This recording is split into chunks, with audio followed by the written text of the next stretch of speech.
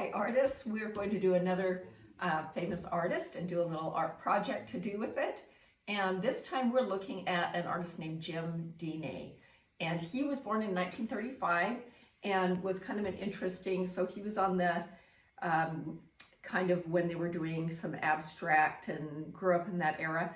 Went to school and was very frustrated. He, I think, had some learning disabilities and had a hard time in school, but always had this big creative side. And he loved looking at, his thing was kind of in the pop art era of like Andy Warhol and some of the people who used really common day items and elevated them. So it was kind of during a commercialism. And so his idea was taking ordinary items and making them into more, things that meant something else. For instance, he just did an entire room with stars and put a little kid's lamp on it. That was one of his pieces that was an installation. A palette with a robe on it was his self-portrait as an artist. But he went to this whole thing of tools and using tools as, elevating them, making them really huge, or doing the negative space, painting around the tools, making their outline, or treating them like it's a portrait, standing them up like they're walking along the ground. So kind of humanizing or personifying an inanimate object. So he did a lot of that, but what we're going to do today as part of what he liked to do was hearts. He did a portrait of hearts that was based on, for his wife, and then that just kind of took off. He said, if I'd known that was going to be my symbol, maybe I would have done, something different, but he just turned out to be kind of that artist that was known for all these different paintings of hearts. So today I thought we would do something based on his art that had hearts and then color being hot and cold colors. So on a whiteboard, I'm just gonna kind of draw an idea of, we'll come down about this size. You make an outside rectangle or square, and it really doesn't matter. Put a dot right there, try to touch the top, the side, and then right in the middle at the bottom. So a dot in the bottom to kind of guide you, top, side, and bottom. And if you want to practice that several times, there's so many sizes and shapes of hearts, and it's kind of fun to define them by making short, fat ones out of squares or long, thin ones out of rectangles. So as you kind of decide what you're going to do when you finally get to paper, and this will be something we do with paper and crayon,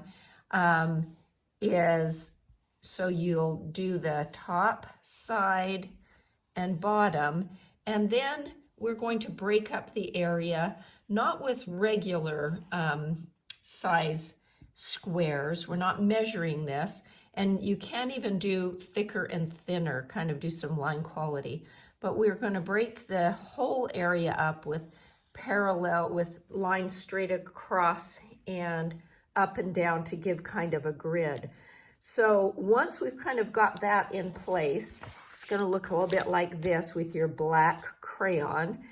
And then we're going to start filling in with certain colors that are similar on the inside, and then they're opposite colors on the outside.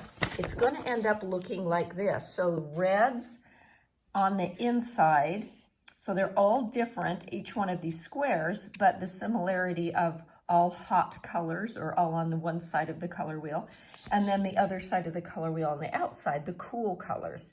So you can do all sorts of different colors, like this one I'm going to do pinks and purples. And as you can remember, the color wheel, red, yellow, and blue, and when you mix these two, it makes purple, these two green, these two orange, ends up looking like this. And so whatever you do on the inside of the heart, you'll go over here on the color wheel and do an opposite color, blues and oranges. So you just kind of keep in mind that color wheel with making sure that the inside and the outside of the heart are treated with opposite colors. So the opposite of a purple would be kind of in the yellows and maybe oranges. So for this outside squares around this heart, I'm going to choose those kinds of colors. And I wouldn't put a yellow right next to each other that's the exact same yellow. I would change it up with a different kind of yellow or an orange.